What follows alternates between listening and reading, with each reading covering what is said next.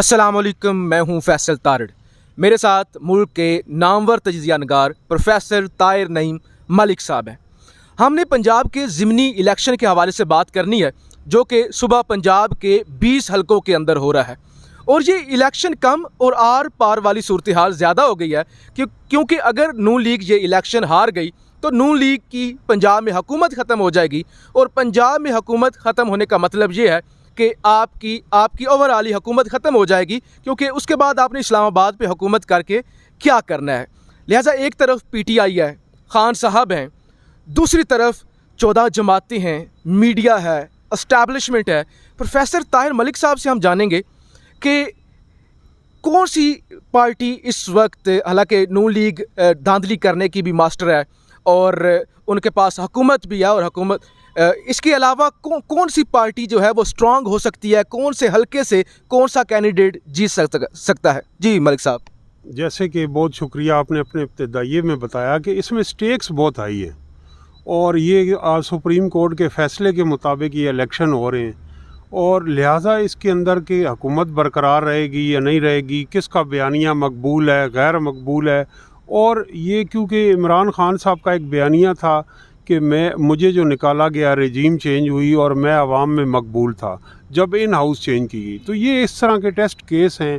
तो एक जो बात हमें नज़र आती है कि जब इमरान खान साहब हुकूमत कर रहे थे तो वो इतने गैर मकबूल होते जा रहे थे, लेकिन जिस दिन से उनके ख़िलाफ़ इन हाउस चेंज की बात हुई, नो कॉन्फिडेंस मूव हुआ, उन्होंने एक बयानिया अपना तरतीब दिया, गैर मुल्की साजिश का जिक्र किया, उन्होंने इसमें और चीज़ों का नाम लिया, केस बिल्ड किया, उस दिन से उनका बयानिया आवाम में मकबूल हो रहा है। तो ये बहुत सारी चीज़ों का टेस्ट केस है।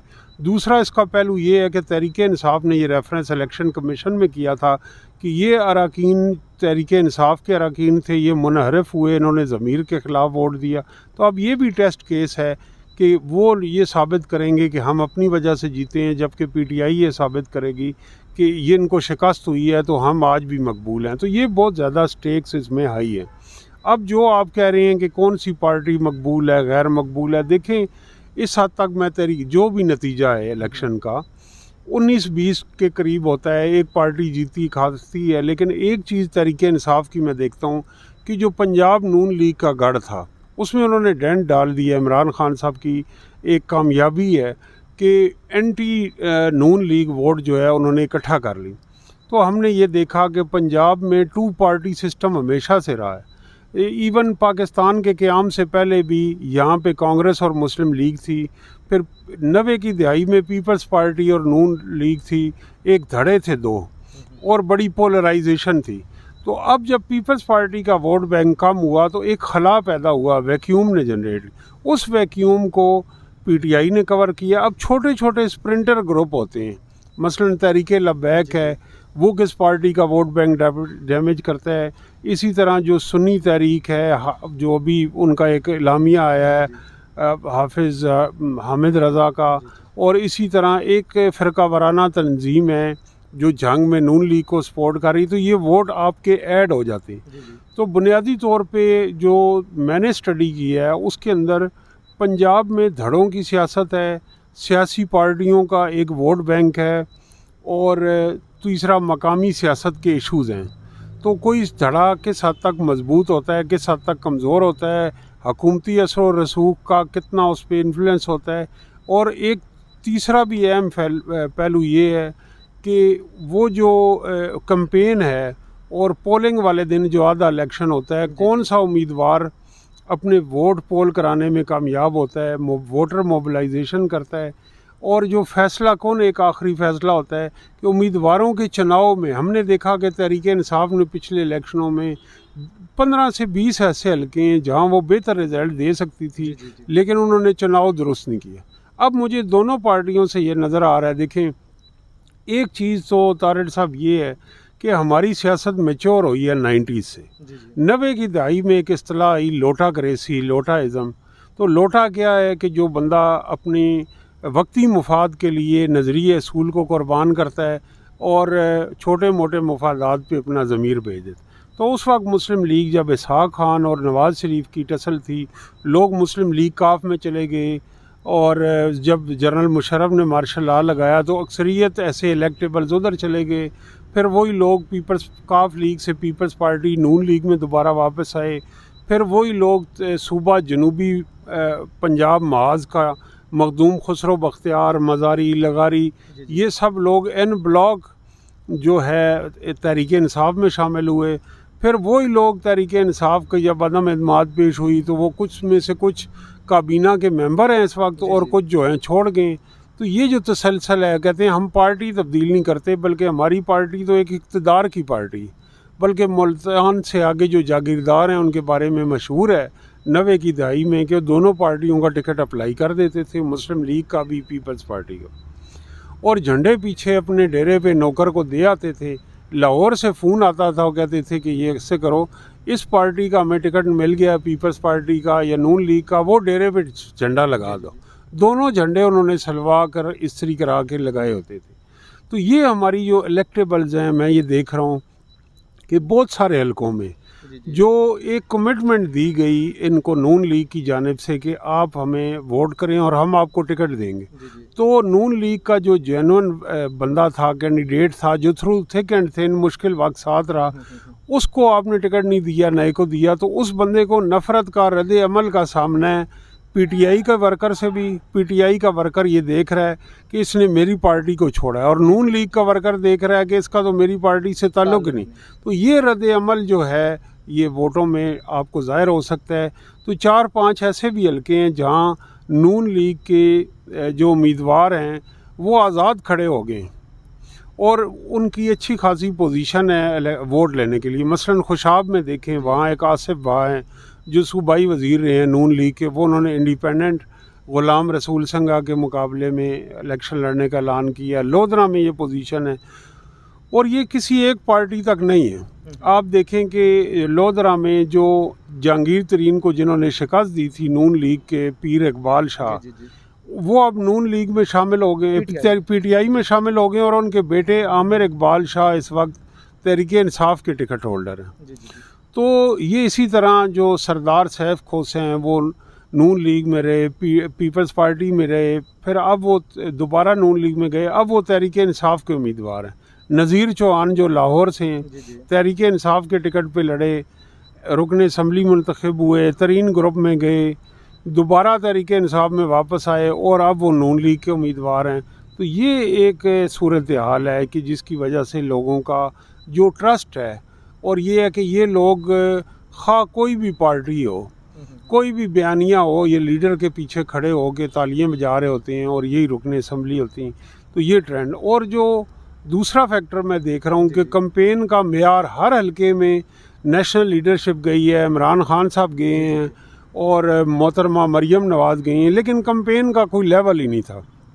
पंजाब के लोगों को मौसमियाती तब्दीली का सामना है, पेट्रोलियम कीमतें बढ़ी हैं, ज़राअत के मसाइल, खाद दस्तयाब नहीं, और फिर ये है कि वहाँ पे डीज़ल महंगा होने से ज़राअत महंगी हो गई है, लैंड माफिया छोटे शहरों में भी ज़राअत ख़त्म करके हाउसिंग सोसाइटीज़ बना रहा है। ये सारे इशूज़, मकामी इशू डिस्कस ही नहीं हुए। दोनों तरफ से ये था कि ये नालायक है, ये चोर है, ये डाकू है, और जिसका जो लोकल इशूज़ हैं इस हद तक कि लिया को ज़िला बनाने की बात हुई, जो पहले से तहसील जो पहले से ही ज़िला है। तो पहले ये होता था कि एक उम्मीदवार जब जाता था ज़मीन के रास्ते से, गाड़ी में बैठ के हल्के में जाता था लीडर, तो किसी के घर चाय पीता था, स्टेज पे जो ज़िली तंजीम होती थी पासनामा पेश करती थी, मुज़ाकरात। अब हर पार्टी का लीडर जो है वो फ़िज़ा में होता है और नीचे लोग ऊपर देख रहे होते हैं। लीडर का हेलीकॉप्टर उतरेगा, गर्दन में उनकी बाल पड़ जाता है, धूड़ मिट्टी उड़ती है, वो स्टेज पे चला जाता है और उसको पता होता है कि मेरा ये जो जलसा है पूरे मुल्क में दिखाया जा रहा है। तो ना वो मुजफ्फरगढ़ के, ना डेरा गाजी खान के, ना लिया के, खुशाब के इशूज़ की बात ही नहीं। ये मैं इस ट्रेंड से बड़ा मायूस हुआ हूँ कि ये है इसमें। और तीसरा ये है कि इलेक्शन कमीशन बाइख्तियार इदारा है, इंतखाबी कवानीन की भी धज्जियाँ उड़ाई जा रही हैं, जो अखराजात की हद मुकर्रर की गई है, चंद लाख रुपए है, गली महल्ले में लाखों रुपए। मुल्तान का एक हल्का है जहाँ मखदूमों के जैन कुरैशी और वो सुल्तान नईम हैं, जो बड़े शेख सुल्तान नहीं, सलमान नहीं, वो बिजनेसमैन हैं, जूलर हैं, तो वो वहाँ 10 वोटों पे ये शुनीद है। इलेक्शन कमीशन ने नोटिस भी लिया है कि वो ल्योर कर रहे हैं कि 10 वोट दें, मोटरसाइकिल मिलेगा, ये करें वो करेंगे। मार्कियों के अंदर रोज़ रोज़ लाखों रुपए के खाने होते हैं, दफ्तर हैं। तो मैं ये नज़ीर चौहान भी ऐड कर दें, नज़ीर चौहान भी 10,000 दे रहा है, 10,000 दें। अब आप ये देखें कि इस मुल्क में ये सारा हो रहा है। इंडिया में हम इलेक्शन कमीशन को देखते हैं तो देखें, सैफ अली खान जो फिर उनके फिल्म एक्टर हैं, दिल्ली के करीब गुड़गांव में उनका फार्म हाउस है। एक उम्मीदवार की उन्होंने इंतखाबी पार्टी की और वहाँ लाखों रुपए हुए, खर्च हुए, फायर वर्क हुए, उस उम्मीदवार को ही नायल कर दिया गया। एक चीफ मिनिस्टर की थी साबिक, उन्होंने हेलीकॉप्टर यूज़ किया नायल। यहाँ आज तक कोई नायल नहीं हुआ। नायल हुआ है तो इस मुल्क का मेहनत कश मजदूर, किसान, ख़वातीन, पिसे हुए तबके, डेंटर, पेंटर, नाई, मोची, कसाई, ये नाअहल हैं, ये असम्बलियों में नहीं पहुंच सकते। असम्बलियों में पहुंचने के लिए कौन है न गद्दी नशीन अहल हैं, मखदूम हैं, पीर हैं, जागीरदार हैं, सरमायादार हैं, लैंड माफिया के लोग हैं, ये जो हैं ये असम्बलियों में हमारे पहुँच। तो इसमें कोई सियासी पार्टी भी उन इंतखाबी इस्लाहत की बात नहीं कर रही कि असम्बलियों में आम आदमी की नुमाइंदगी हो, मज़दूर की, किसान की, मेहनत कश की हो। तो इसके लिए मैं ये समझता हूँ कि हमें एक बड़ी इंतखाबी इस्लाहत की ज़रूरत है। जैसा कि इलेक्शन है, अब जब आप प्रोग्राम देख रहे होंगे तो इलेक्शन का अमल शुरू हो चुका होगा। अब वायलेंस होगी, लॉ इन्फोर्समेंट एजेंसीज़ हैं, पोलिंग स्टेशन की हदूद में असला कैसे पहुँच जाता है, फिर लड़ाई शुरू होती है, लोग ज़ख्मी होते हैं, मारे जाते हैं। तो शरीफ पुरअमन लोग, इस तरह का मकसद होता है घर आए वोट पोल ही ना कर सके कि मैं अपने बीवी बच्चों को पोलिंग स्टेशन में नहीं ले जाऊंगा, वहाँ तो हवाई फायरिंग हो रही। फिर ये मनाजिर होते हैं कि एक बंदा बैलेट पेपर उठा के भाग गया, मासर ज़ोर ज़बरदस्ती बदमाशी। ये कमज़ोर रियासतों में इसके ऊपर चेक नहीं होता। तो इसके लिए हमें कोई भी सियासी जमात हो, आज कोई भी सियासी जमात इक़्तिदार में, इसकी तरफ हमें करना पड़ेगा कि कोई बंदा कानून को अपने हाथ में ना ले और पैसे का दरेग इस्तेमाल ना हो, इंतखाबी कवानीन की धज्जियाँ ना बिखेरी जाएं। तो ये है, इसमें हार जीत और माजराई जो है हमारी, ये ज़िमनी इंतखाबात के बाद भी मुझे ख़त्म होते नहीं नज़र आ रही नफ़रत, क्योंकि जो कैंपेन थी और जो नताइज तस्लीम नहीं किए जाएंगे तो पाकिस्तान 75 साल में गुज़श्ता इंतखाबी नताइज ना तस्लीम करने के हम बड़ी भारी कीमत अदा कर सकते। तो अभी आगे ये टेस्ट केस है कि चंद माह बाद इलेक्शन है, साल बाद, सवा साल बाद, तो हमें एक ऐसा मैकेनिज़्म बनाना चाहिए ताकि इलेक्टोरल प्रोसेस पे सबका इत्मीनान हो। सबसे बड़ी करप्शन ही मैं ये कहता हूँ कि खरबों रुपए का खर्च होता है, 1 खरब 47 करोड़ रुपए का जनरल इलेक्शन होता है, और अगर वही फेयर ना हो प्रोसेस तो उसके बाद इससे बड़ी करप्शन क्या है। तो अवाम को और बिलखुसूस मैं इमरान खान साहब को, क्योंकि उनकी अपील है, लोग सुनते, इंतखाबी इस्लाहत की बात करनी चाहिए। जो उन्होंने 126 दिन धरना दिया ताहिरुल कादरी साहब थे कि इंतखाबी इस्लाहत बड़ी डिटेल में कौम को बताई, इक़्तिदार में आके एक भी इंतखाबी इस्लाहत नहीं की। यही हाल नून लीग का है, यही हाल पीपल्स पार्टी का है। अच्छा मलिक साहब, कल जो सुबह अभी जो इलेक्शन हो रहा है, इस इलेक्शन के अंदर आप एक तरफ आपने कहा कि ज़ाहिर इखलाकी तौर पे लोटों को टिकट दिया गया है, तो वो भी एक लोगों की ईगो का मसला है कि लोटे अब जो हैं वो इलेक्शन लड़ रहे हैं और ये ज़मीर फ़रोश हैं, इन्होंने हमारे वोट को बेच दिया। ये एक फैक्टर है जो मुस्लिम लीग नवाज़ को शायद कमज़ोर करे। लेकिन दूसरी तरफ मलिक साहब, एस्टैब्लिशमेंट मुक़्तदर हल्के आपके साथ हैं, पंजाब के अंदर हुकूमत आपकी है, और आपको ये पता है कि ये कोई आम इलेक्शन तो नहीं हो रहा कि जीत जाएंगे या हार जाएंगे। आपको पता है कि अगर आप हार गए तो पंजाब के अंदर आपकी हुकूमत ख़त्म हो जाएगी। और तीसरे नंबर पे आप एक्सपीरियंस्ड हैं, आपको पता है हल्कों की सियासत, और इलेक्शन डे पे, पोलिंग डे पे आपने किस तरह से इलेक्शन लड़ना है। ये सारी चीज़ें किस तरह से असरअंदाज होंगी इस इलेक्शन पर। मैं ये कहना चाहता हूँ आपके जो सब्सक्राइबर हैं उनके लिए कि ये ख़ास हद तक असरअंदाज होती हैं। अब आप ये देखें कि अगर ये बात हो, एक हद तक हुकूमती असर, डस्का में जो इलेक्शन हुआ, सियालकोट की बात, एक सीट नून लीग ने जो है वो विकेट की, खुश अख्तर सुबानी फौत हुए, उस सीट पे पीटीआई कामयाब हुई। और एक डस्के में हुआ बाय इलेक्शन, उसमें नून लीग कामयाब हुई, हुकूमत तहरीक इंसाफ की थी।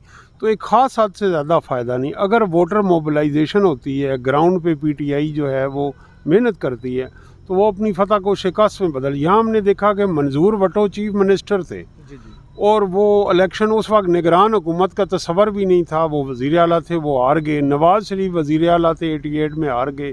पीर पगाड़ा हार गए, मिनिस्टर हार जाते हैं, और इसी तरह अरबाब गुलाम रहीम हार गए। तो ये इक़्तिदार जो अर्बन एरियाज़ हैं या इवन रूरल है, आप लोगों को डरा सकते हैं, लेकिन पोलिंग बूथ के अंदर जाके वो अपने फ़ैसले करने में आज़ाद होंगे। एक हद से ज़्यादा इसका फ़ायदा नहीं होता। लेकिन मलिक साहब, एस्टैब्लिशमेंट का किरदार, इस्टेब्लिशमेंट तो एक रुख मुतय्यन करती है, और इस्टेब्लिशमेंट का किरदार हमारी उस सियासत में एक वाज़े है कि एक वो रुख मुकर्रर कर देते हैं कि ये हुकूमत मुस्तहकम है, ये जीते या हारे हम इनके साथ हैं। तो इस वक्त इस्टेब्लिशमेंट जितनी भी सियासी जमातें हैं, उनकी दौड़ ये है कि इस्टेब्लिशमेंट मेरे साथ हो, मेरे मुखालिफ फरीक के साथ ना, तो मेरे कामयाबी के इम्कानात ज़्यादा हों। लेकिन अवाम की ताकत से मुल्कों के अभी 15 जुलाई को 16 जुलाई को तुर्की में नाकाम जो फ़ौजी बगावत है उसकी सालगिरह मनाई गई, अर्दगान है। तो हमारे मुल्क में इस्टेब्लिशमेंट को बहुत हवा भी बना दिया जाता है। अब इस्टेब्लिशमेंट को के ख़िलाफ़ जो बयानियाँ इमरान खान साहब दे रहे हैं वो मकबूल है, तो उसको क्योंकि सियासी पार्टियाँ कमज़ोरी देखती हैं, इक़्तिदार इनके ज़रिए हासिल करती हैं, और जब वो इक़्तिदार से इन्हें निकाल देती हैं तो वो रोने लग पड़ती हैं कि इस्टेब्लिशमेंट ने क्यों किया। काश वो उस वक्त असूलों पे समझौता ना करें जब उन्हें इक़्तिदार तड़का लगा के इस्टेब्लिशमेंट के हाथों मिल रहा होता है।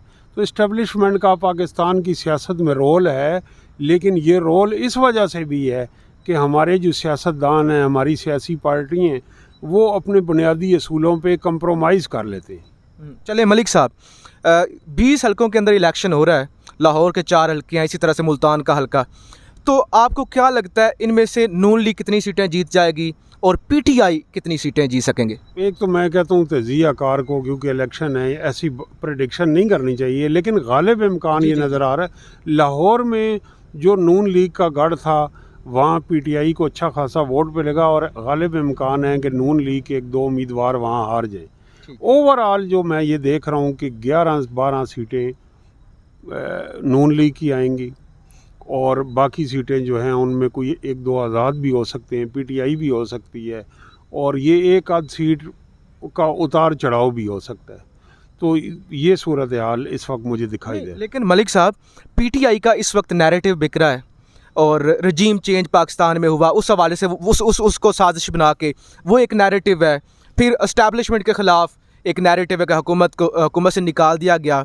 दूसरे नंबर पे 14-15 पार्टियों ने जिन पर करप्शन के इल्ज़ामात हैं वो भी हुकूमत में आ गई, वो भी आपके लिए एक एज है। और इसके अलावा फिर महंगाई होगी, पेट्रोल महंगा हो गया, बहुत सारी चीज़ें जो हैं वो महंगी हो गई पिछली हुकूमत की निस्बत। तो इसके बावजूद नून लीग इतनी ज़्यादा सीटें कैसे जीत सकती है, अगर तो इसी तरह हो कि वो 12 से 13 सीटें जीत जाएँ?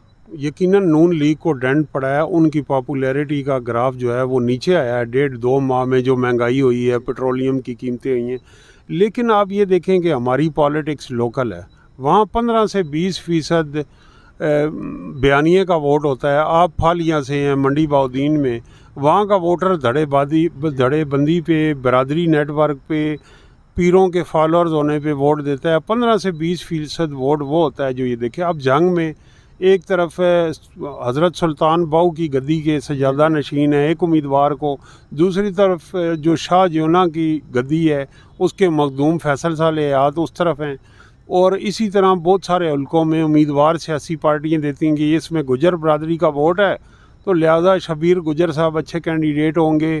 फैसलाबाद में ये है कि जट और राजपूत बरदरी के इतने वोट हैं, तो एक पार्टी जट को टिकट देगी, दूसरे को। ये लोकल डायनामिक है, ये सियासी पार्टियों को भी पता है।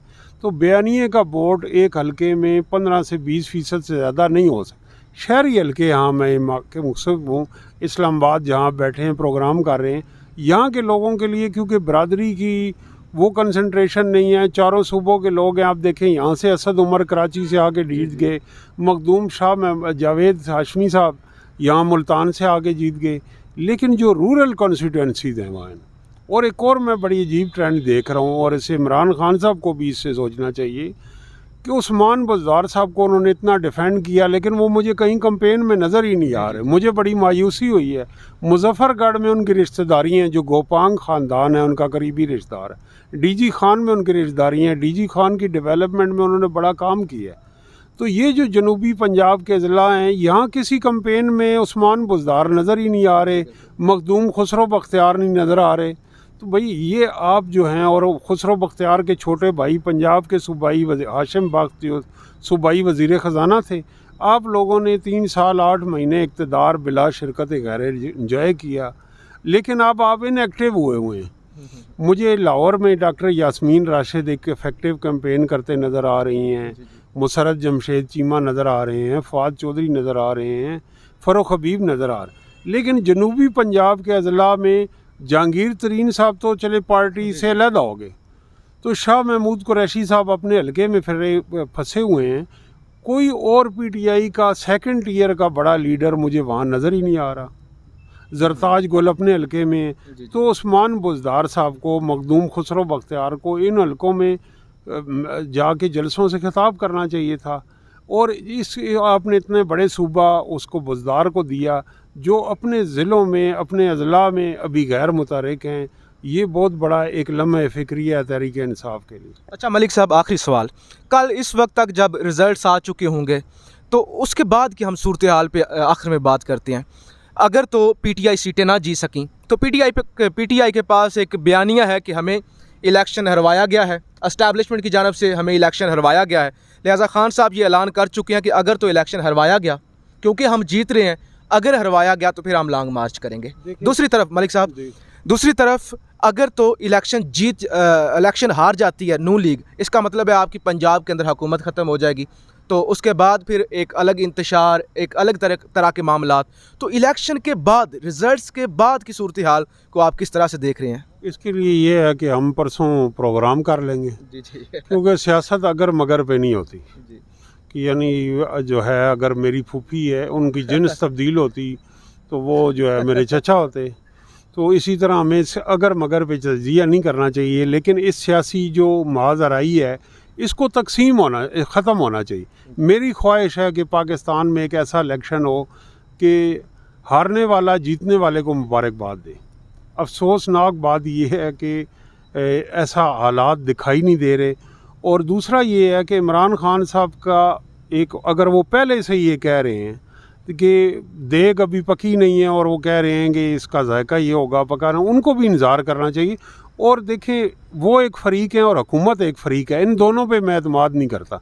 आलमी इदारे हैं जो इलेक्शनों को मॉनिटर करते हैं, यूरोपियन कमीशन है, फेयर एंड फ्री नेटवर्क एक आलमी तंजीम है, पिलडेट है, और हैं कि जो रिपोर्टें वो सारे अपने हलकों में इलेक्शन ऑब्जर्वर भेज रहे हैं। मैं उसका मुताला करूँगा कि कल पोलिंग वाले दिन उसमें क्या हुआ।